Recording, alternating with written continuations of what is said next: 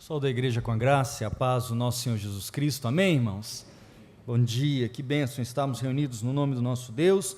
Eu te convido a abrir sua Bíblia em Gálatas, capítulo de número 2, palavra do Senhor, no livro de Gálatas,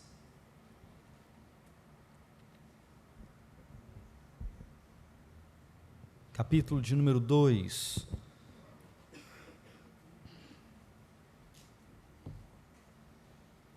Como costumeiramente temos feito nos domingos pela manhã, nós hoje também o faremos, refletiremos sobre um texto que faz parte, que consta hoje do nosso plano de leitura bíblica. Então, Gálatas, capítulo 2, eu quero ler 3 versículos apenas com os irmãos e vamos refletir nessa palavra. Versos 19, 20 e 21. Gálatas, capítulo 2, versos 19, 20 e 21. Te convido a fazer a leitura comigo desse texto. A palavra do Senhor nos diz assim: porque eu, mediante a própria... Vamos ler juntos, todos juntos, vamos lá. Porque eu, mediante a própria lei, morri para a lei, a fim de viver para Deus. Estou crucificado com Cristo. Logo, já não sou eu quem vive, mas Cristo vive em mim, e esse viver que agora tenho na carne, vivo pela fé no Filho de Deus, que me amou e a si mesmo se entregou por mim. Não anulo a graça de Deus, pois se a justiça é mediante a lei, segue-se que Cristo morreu em vão. Oremos, queridos. Senhor, somos teus filhos, Senhor, somos teus, pertencemos a ti, precisamos ser nutridos pela tua palavra, alimentados por ela, ó Pai. Por isso clamamos ao Senhor nessa manhã. Fala conosco, enche-nos da tua presença, instrui-nos segundo a tua vontade, pela ação do teu Santo Espírito que em nós habita. Faz assim, ó Deus, sua palavra é poderosa, então com poder, ó Deus, age em nossas vidas, em Cristo Jesus é que oramos. Amém. Amém. Queridos, Paulo, escrevendo aos irmãos de uma região chamada Galácia, ele relata a esses irmãos um evento peculiar, algo que havia acontecido e um enfrentamento, uma repreensão que ele precisou dar a um dos irmãos mais importantes dessa igreja, que estava no seu início, em desenvolvimento, ainda com Pedro e os primeiros pais da igreja, ou como nós também chamamos pais apostólicos, esses apóstolos e aqueles que vieram como novos líderes da igreja ainda no primeiro século. O capítulo 2, a partir do verso de número 11, nos traz esse relato, e eu peço que você acompanhe na sua Bíblia. Ele diz assim: quando, porém, Cefas, que é Pedro, veio a Antioquia, resisti-lhe face a face, porque se tornara repreensível. O texto então segue e relata o momento em que Pedro muda a sua relação com aqueles que não eram judeus, ou aqueles que eram gentios. Aproximarem-se alguns judeus que acreditavam que era necessária a manutenção do ritual judaico para a verdadeira salvação.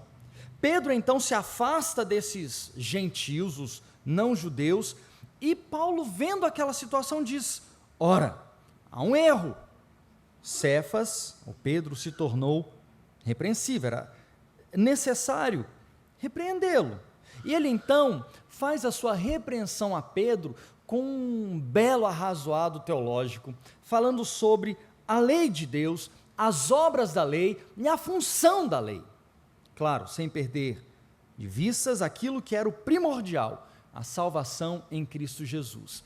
Paulo então vai fazer uma ponte entre a lei e a salvação, linkando o propósito da lei e como ela se efetivou na salvação em Cristo Jesus, e não pela prática das obras da lei.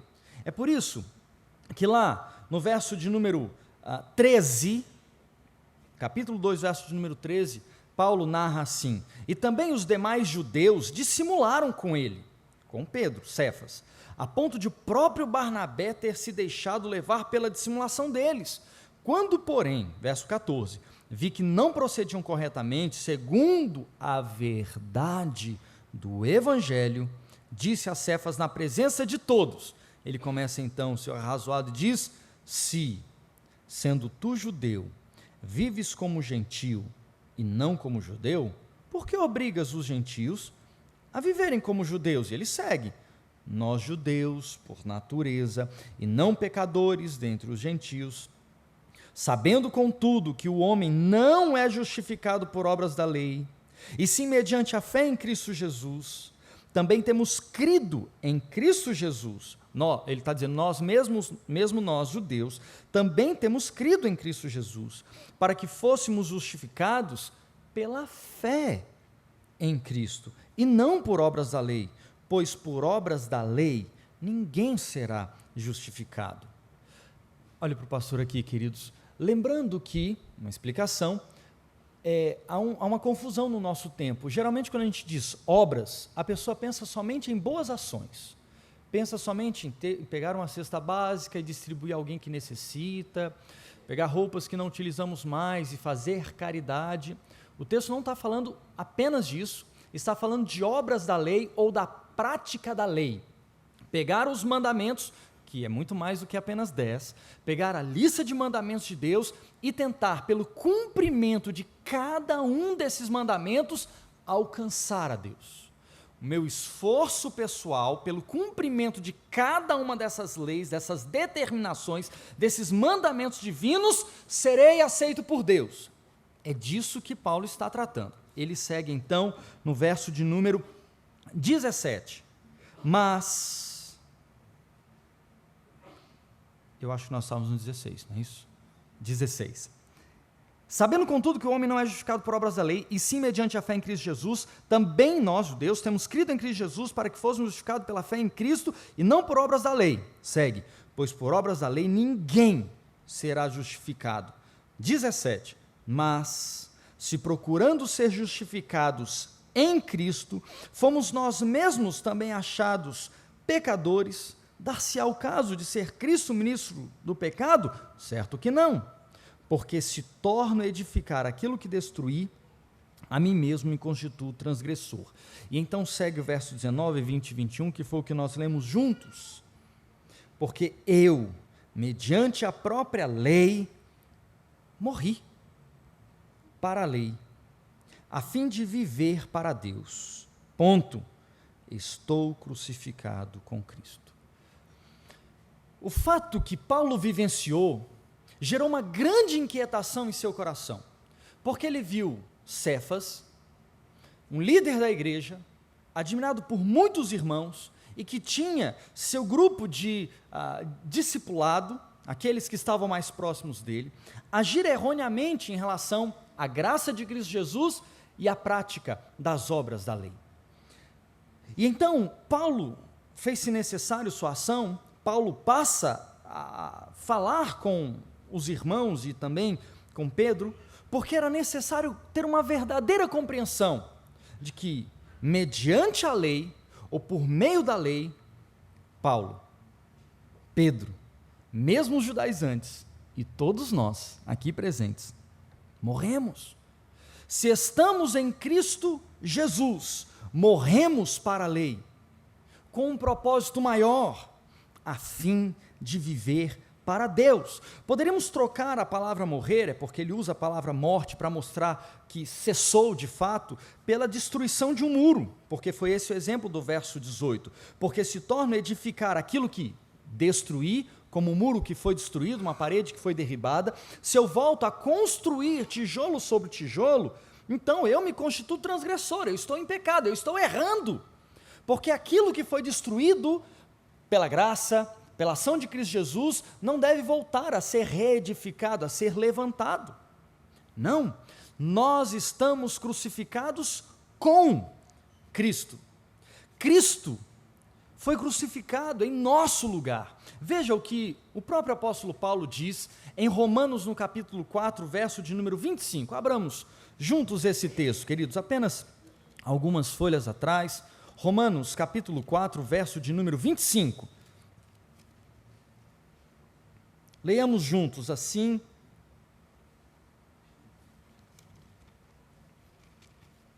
Romanos capítulo 4, verso de número 25, todos juntos. O qual foi entregue por causa das nossas transgressões e ressuscitou por causa da nossa justificação. Morto por causa das nossas transgressões e ressurreto também por nós, para que nós fôssemos aceitos diante de Deus, tendo sido justificados pelo Filho, morto na cruz. O próprio texto de Paulo aos Gálatas, no capítulo 3, verso de número 13, diz assim: Cristo nos resgatou da maldição da lei, fazendo-se ele próprio maldição em nosso lugar, porque está escrito: maldito aquele que for pendurado no madeiro. É Cristo em seu lugar, querido, é Cristo em nosso lugar. Cada um de nós deveríamos morrer à morte eterna, mas Cristo tomou esse lugar na cruz do madeiro. A morte não foi suficiente para contê-lo. O Pai o ressuscitou dentre os mortos e ele vive eternamente. E essa mesma verdade se aplica a todos nós. Qual a função da lei, então? Biblicamente organizado e bem estruturado por João Calvino, há um tríplice uso da lei. Algo que já estava presente, por exemplo, em Agostinho de Hipona, mas que no avivamento do século XVI, o reformador João Calvino estruturou como 3 modos ou 3 funções, o tríplice uso da lei. Primeiro, a lei não perdeu o seu valor, mas ela ainda é útil, como era no Antigo Testamento, para refletir a perfeita justiça de Deus e a pecaminosidade humana. Quando olhamos para a lei, vemos nela a santidade, a pureza de Deus, um Deus que é perfeito, em quem não há sombra de dúvida ou sequer variação, triplamente santo, santo, santo, santo, um Deus que é perfeito. Mas quando olhamos para nós, olhamos para a nossa transgressão, para os momentos, e são inúmeros, em que nós falhamos, erramos, transgredimos a lei de Deus, ou como nós comumente falamos, pecamos, vemos o quanto estamos distantes dessa perfeita justiça de Deus, dessa santidade plena, maravilhosa e eterna. Ainda assim, resta a nós um referencial. Claro, nós precisamos desse referencial da lei de Deus. É esse referencial que nos mostra aonde devemos chegar, qual é a nossa meta, qual é o nosso objetivo maior. Então, esse é o primeiro uso da lei.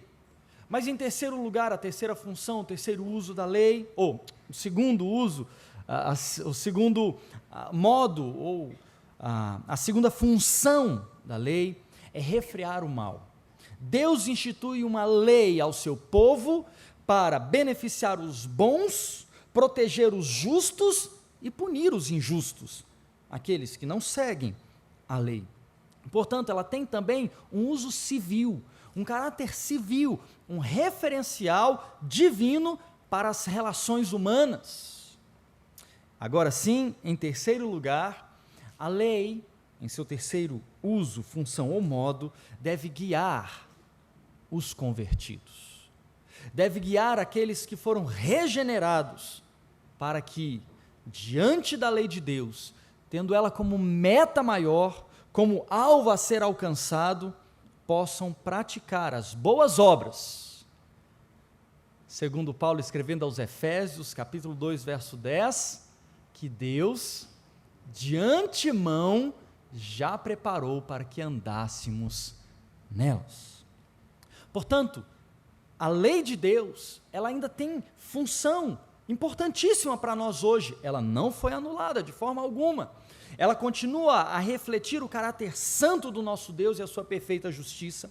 Ela continua a denunciar a nossa incapacidade de cumprir toda a lei.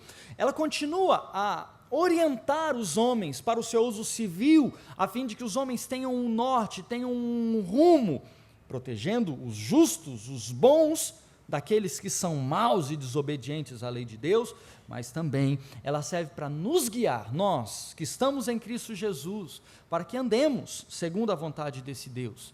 Queridos, estamos livres da lei como sistema de salvação, mas estamos debaixo da lei de Cristo como regra de vida. É por isso que nós não podemos abandonar o mandamento de Deus e dizer: estamos na graça. É o tempo da graça, do perdão, aleluia, é tempo de graça, de perdão, aleluia, mas porque estamos debaixo dessa graça, devemos olhar para a lei, a fim de honrarmos aquele que aplicou sua graça em nossos corações. É por isso que hoje, quando sairmos daqui, devemos sair desafiados a sermos santos, como nosso Deus é santo, porque se fomos salvos em Cristo Jesus, e se somos habitação do Santo Espírito de Deus, é Ele quem nos tem habilitado para lutarmos contra o pecado. Me parece que essa é a tônica do apóstolo Paulo, quando escrevendo às igrejas, fala sobre o velho homem, sobre o novo homem. O velho homem não tem essa força que vem do Espírito Santo de Deus, ele é rebelde, ele vive em rebelião contra Deus. Mas o novo homem, a habitação do Santo Espírito de Deus, está habilitado para lutar contra o pecado, desenvolver a sua vida em santificação. Assim somos todos nós, que mediante a lei, morremos para a lei, a fim de vivermos para Deus. Afinal, estamos crucificados com Cristo. Foi assim que o apóstolo Paulo terminou o verso de número 19. Logo a seguir ele diz no verso 20, logo, como quem diz, por óbvio, não tendo outra alternativa, a conclusão que se chega é, verso de número 20, logo, já não sou eu quem vive, eu morri, já não sou eu quem vive, eu estou crucificado com Cristo, já não sou eu quem vive, mas Cristo vive em mim, e este viver que agora tenho na carne, tem um modo de ser vivido, vivo pela fé no Filho de Deus, que me amou e a si mesmo se entregou por mim. E agora, que vida devemos levar? Queridos, a consciência do crente, aquilo que deve pulsar no nosso viver diário, é de que nós não temos mais a direção das nossas vidas, não somos mais nós que governamos os nossos dias, não faço mais as escolhas ao meu bel prazer segundo a minha vontade, não, eu estou crucificado com Cristo, não sou eu quem vive, a minha vida não me pertence mais, eu tenho um Senhor, eu tenho um dono. E por mais forte que essa expressão seja, atualmente ela é usada pelo reverendo John MacArthur, nós temos um dono, porque nós somos escravos de Deus. Nós somos libertos para sermos seus servos.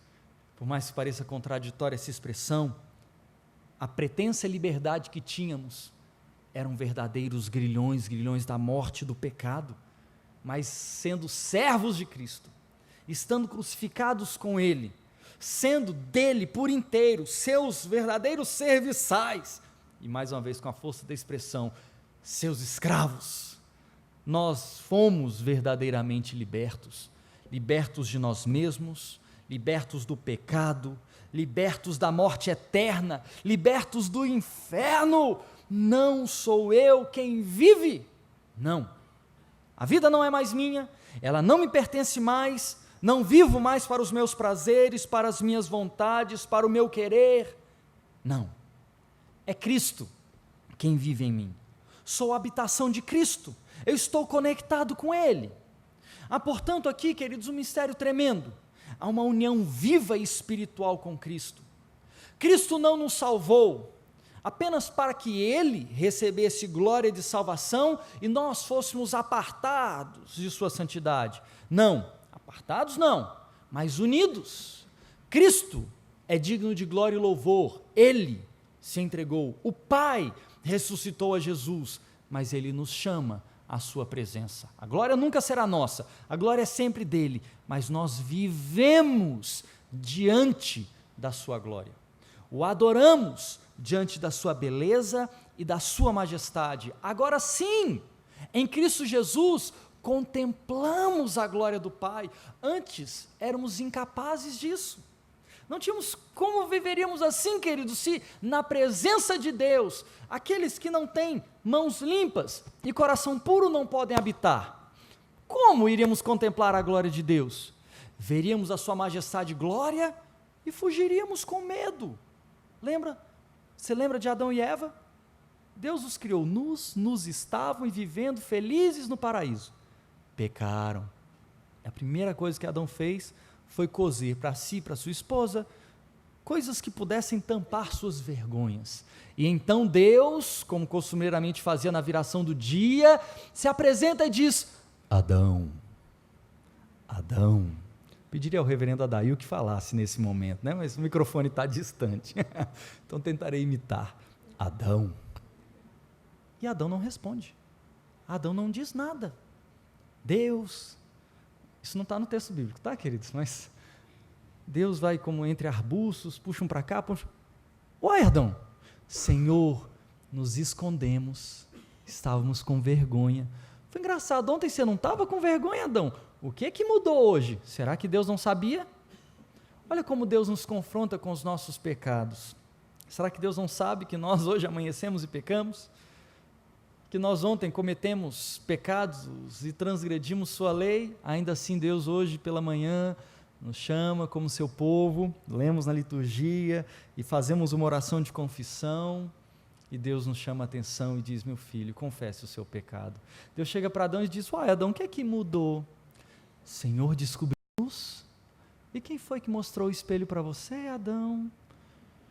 Veja como Deus trata Adão. Isso não anula a sua justiça, isso não anula a punição que virá, como tipo, primeiro Adão, essa malícia aplicada no coração do homem, continua ainda presente em todos nós.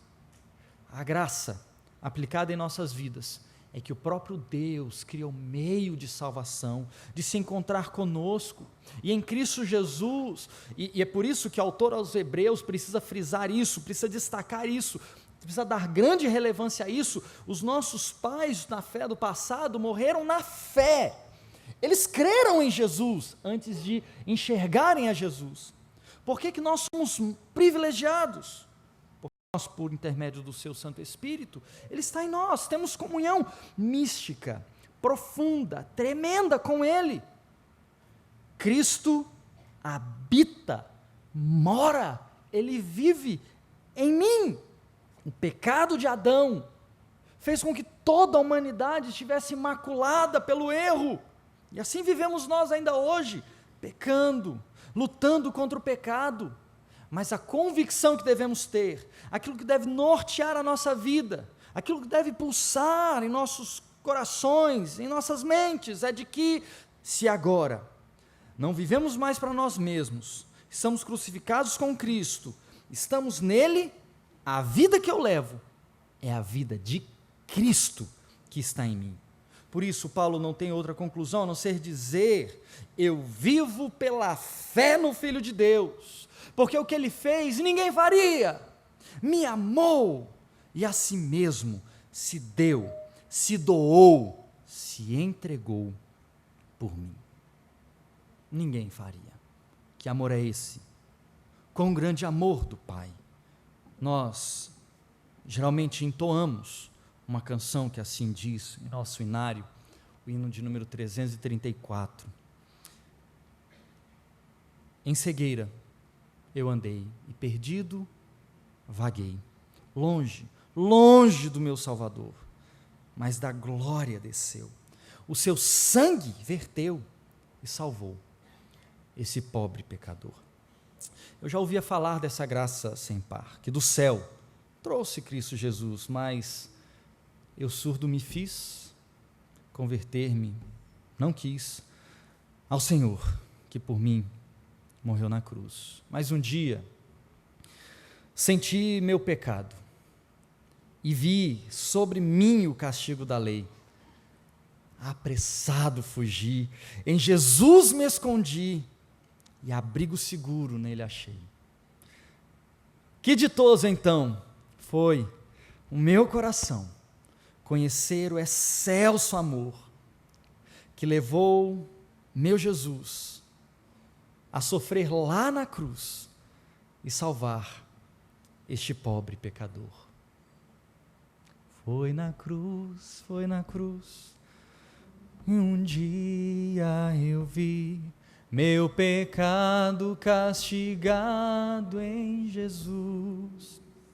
Foi ali pela fé que os meus olhos abri, e agora me alegro em sua luz.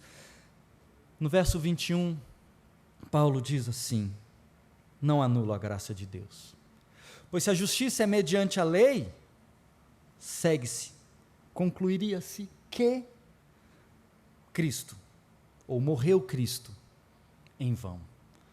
Paulo está afirmando, em outras palavras, com um grande ponto de exclamação: Cristo não morreu em vão, portanto, eu não anularei a graça. E concluindo a repreensão, é como se ele dissesse assim: irmãos judeus, Cefas, meu amigo de ministério, não anule a graça de Cristo. Não tente se justificar pelas obras da lei. Não ache que a sua tentativa de cumprir o mandamento de Deus é que te leva para o céu. Não. Agarre-se em Cristo Jesus. Nutra em sua vida a comunhão profunda e plena com Ele. É Ele quem te salva, é Ele quem te livra, é Ele quem te dá a vida eterna. Viva para Ele, viva por Ele, entregue-se por inteiro. Ele não morreu em vão. A graça está presente, ela está sobre nós e ela está em nós. É ela que nos impulsiona a vivermos segundo a vontade de Deus. Ele não morreu, não, Ele não morreu em vão. Oremos mais uma vez, queridos. Senhor, obrigado pela vida que temos hoje para viver. Não é nossa, não é por nós, é em Ti, é por Ti. E é para Ti, ó Deus. Consagramos tudo que temos, tudo que somos a Ti. Nesse momento, ó Deus, oro como Teu povo Teu que somos. Te suplico, pela ação do Teu Santo Espírito, orienta as nossas vidas, ó Deus, para nunca não vivermos a nos auto-justificarmos, buscarmos respostas justificativas para as nossas ações, como se assim pudéssemos nos achegar a Ti. Nunca conseguiríamos, ó Deus. Pela ação do Teu Santo Espírito, inclina-nos a cumprir a Tua vontade, porque é isso que nos cumpre fazer, porque é isso que devemos fazer, uma vez que já fomos salvos, uma vez que já somos Teus, não tem outra alternativa. Deus, se tentarmos proceder de outra forma, estaremos afirmando que Cristo morreu em vão, e não é verdade. Obrigado pelo sacrifício na cruz, queremos honrá-lo, Senhor, com o nosso viver, com o nosso dia a dia. Mas também clamo a Ti, Senhor, aqueles que nessa manhã, nesse lugar me ouvem, ou aqueles que assistem nesse momento essa mensagem, eu peço pela ação e poder do Teu Santo Espírito, mostra, revela, Deus, a Tua vontade e converte esse coração a Ti. Meu Deus, que haja campo aberto, terra boa, para que essa semente lançada possa germinar, a árvore seja frondosa e possa gerar frutos de vida eterna, vida contigo, que haja salvação em nome de Cristo Jesus. Aplica a Tua graça, ó Deus, ao coração sedento, faminto, desesperado por Ti. Faz assim, Deus, para a Tua glória e honra, para o Teu louvor em Cristo Jesus. Amém. Amém. Deus nos abençoe, queridos.